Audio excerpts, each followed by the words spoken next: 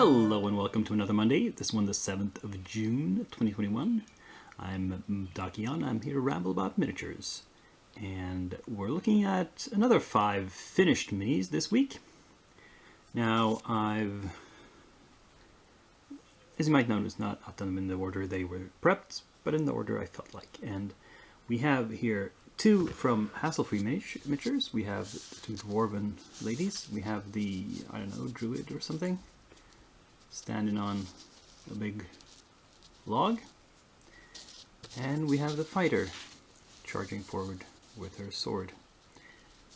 And not a lot to say about them really. I painted them because I enjoyed them. They were really fun, hassle-free. Kev always sculpts things nicely. And then we have another pair. These are the 2 drinking dudes from Mears Miniatures. I didn't quite enjoy them as much. I realized this is because they're sculpted in a kind of more true scale way, more trying to be realistic in proportions, and also in adding little doodads of gear everywhere that people would realistically carry. I don't enjoy painting that as much. I like the more stylized.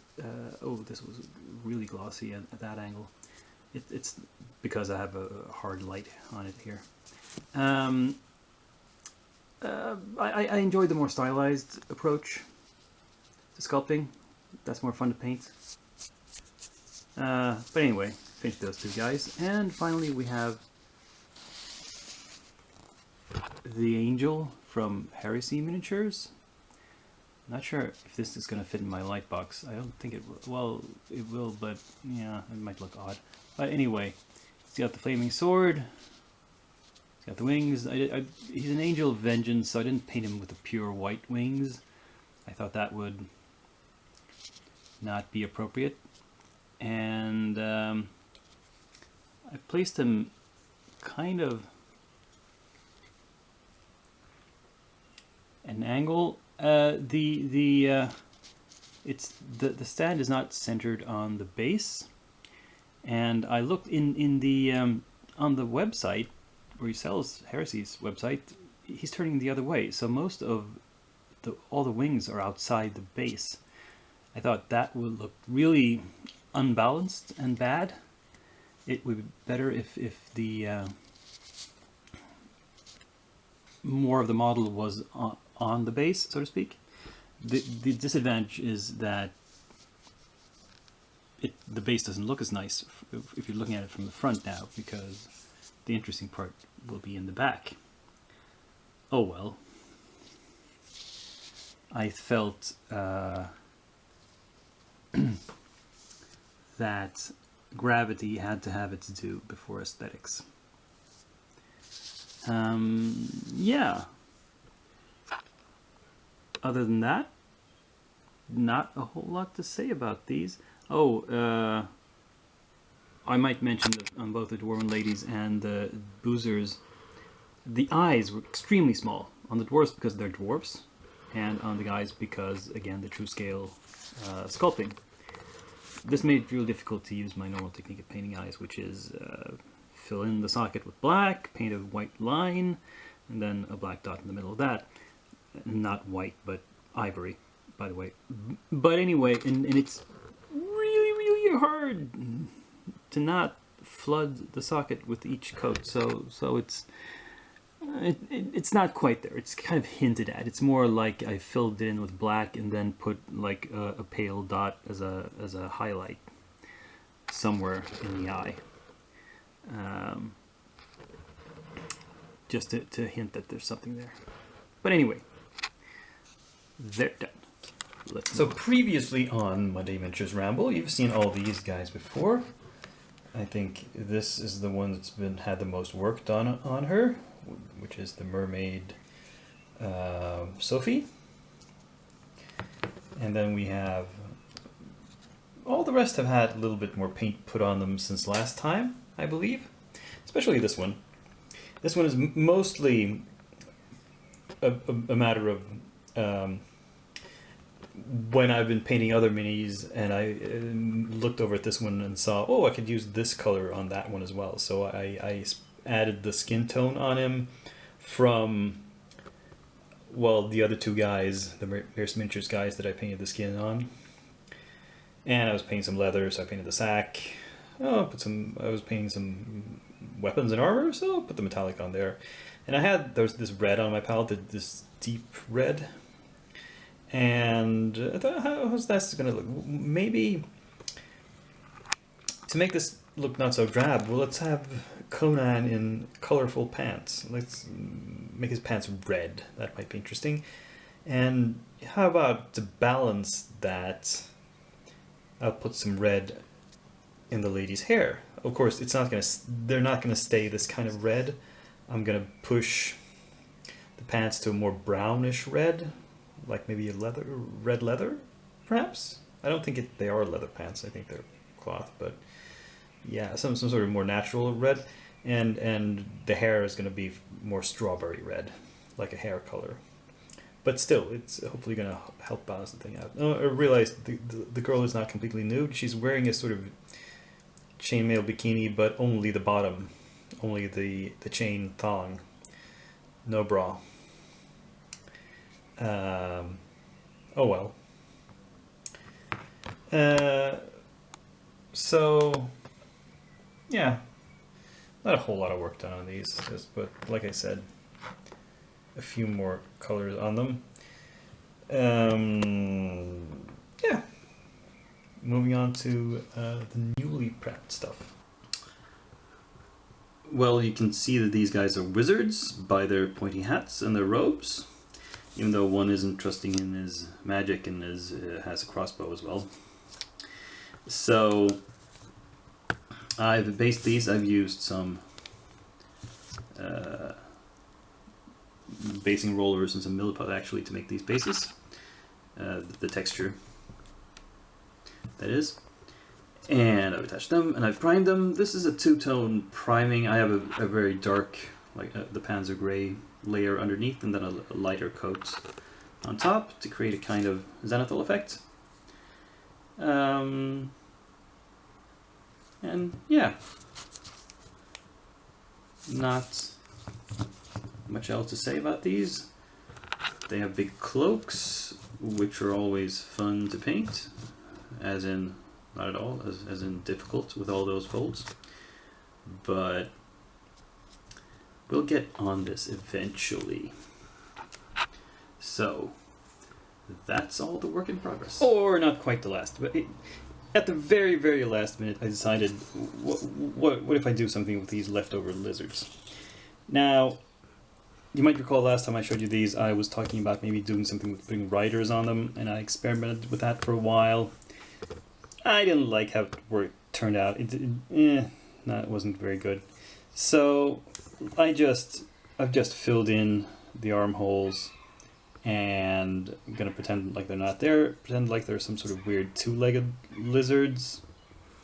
I don't think anything like that exists in nature. Anything that doesn't have any forearms even.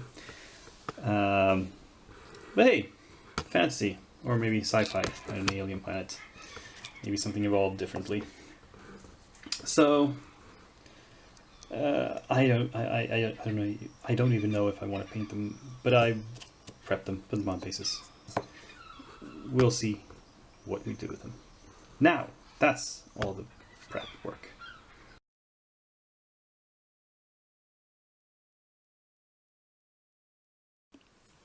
Well, my latest Reaper order is still stuck in the Postal Service backlog.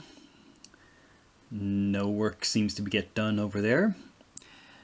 So, to look at new projects to prep, I'm digging into, again, my bin of very old various stuff. And what we have here is 4 minis from Heresy Miniatures. Most of these are metal. So we have a typical cleric, like not fully armored. He's just got a warhammer, a big warhammer, almost a two-hander, not quite. But otherwise, he's dressed in just priestly robes, which doesn't seem like good adventuring ideas. But anyway, he's fun to paint. Here we have a headless warrior. Well, the head is separate. I'm not sure where. Oh, it's there's a choice of 2 heads here. Let's make sure we see what we have here. So we have the body charging forward with hands raised. We have a cloak, which I think is probably optional. Well, no, it's probably important because there's gaps here that would look weird without it. We have a choice of 2 heads. One helmeted, I think, is it like a demon skull or is it a helmet? It's hard to tell. And one just bareheaded and screaming. And then we have a choice of weapons. We have a unrealistically huge 2-handed axe. We have an unrealistically wide-bladed sword. And then we have a somewhat shortened glaive. Huh. I'm kind of tempted to go with the polearm here just because it's so unusual to see something like that. But that's a cool figure. We have here a kind of a female fighter, which is kind of a... I should have opened these beforehand. Didn't think this through. She has something separate here. It's kind of a Valkyrie type.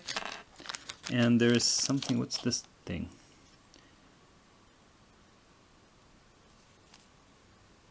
Where does this go? This is just something to put on her base. It's like a pole with a head stuck on it, and the head has an arrow in the eye. It doesn't, that I can immediately see, attached to anything on the figure. It's going to be hard to fit. So I'm not sure I'm actually going to use it for this mini.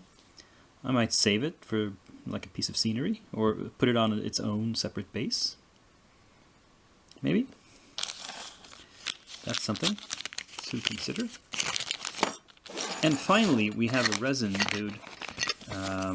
This is Big Boris. It's one of the many Big Borises. This is the mascot of Heresy Miniatures. Is a character who is a huge muscly dude, probably with some ogreish blood in him, who is called Big Boris. And they've got like 10 or so different sculpts of him. I own most of them. I've just never gotten around to painting any of them. So why not start with this guy? And he's got a cool attitude. He's just leaning on his, again, completely unhistorical and unrealistic double-bitted axe and giving you a thumbs up. So yeah, he needs this big base to stand on. So it's probably a 40 mil or something. Yeah. Some normal human or human-like figures this time around. I think that's what I feel like painting right now. Maybe next week some monsters. We'll see. But until then, why don't you give me a thumbs up, like Boris here, and subscribe to my channel if you haven't done so. But above all, be back here a week from now, same day of the week, same channel, same Doc Eon, who is now signing off.